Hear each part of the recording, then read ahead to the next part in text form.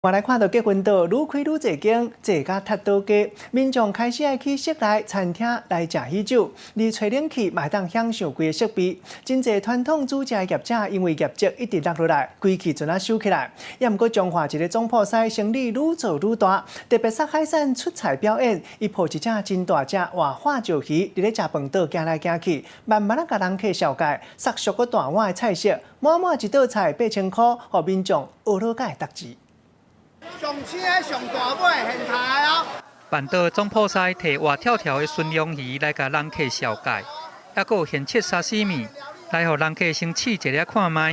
来参观阮这个东港的鲔鱼沙西米哦。即摆有愈来愈侪婚宴会馆成立，民众正介意来即款婚宴会馆来啉喜酒，享受气派的车格甲设备。安尼煞致使板岛的市场一直没尾去。 这10几年来，有3成业者拢收起来无要做啊。办这个外汇吼，来以过去吼，是减头3成去吼。为着要来吸引顾客，彰化这个总铺师伊杀出活跳的海鲜料理，要和婚宴的会馆来甲比试一下。伊佫杀出这个 CP 值真高的菜色，有这个大龙虾、沙西米，还佫有纯鲈鱼料理。